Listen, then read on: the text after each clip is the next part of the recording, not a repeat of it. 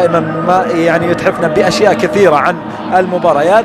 تلاحظ ايضا ان الفريق الشبابي من اقل الفرق اللي سجل فيها هدف بركلات راسيه. عبد العزيز الدوسري هذه المره الى داخل المرمى، جول اول للفريق الهلالي، وهدف يعيد عبد العزيز الدوسري مرة أخرى الفريق الهلالي للتقدم، وسط فرحة أيضا من الإداريين في الفريق الهلالي، ووسط محاولة أيضا لعبد العزيز الدوسري اللي شاهدناه في شوط المباراة الأول وظهر في أكثر من محاولة، وينجح الآن في كسر مصيدة التسلل ويتلقى التمريرة من عبد العزيز. التمريرة كانت من عمر، مرور أول ومن ثم مرور ثاني وتسديدة أرضية غالطت وليد عبد الله، كرة كانت أرضية إلى داخل المرمى كهدف أول للفريق الهلالي. هذا عبد العزيز الدوسري، والكرة اللي مرت بين أقدام وليد عبد الله في كرة أيضا مميزة للفريق الهلالي، والكرة إلى داخل المرمى. عادت الحيوية نوعا ما لملعب المباراة على الرغم من تواجد جمهور قليل في هذا اللقاء اللي يتوقع أنه فيه حضور أكثر،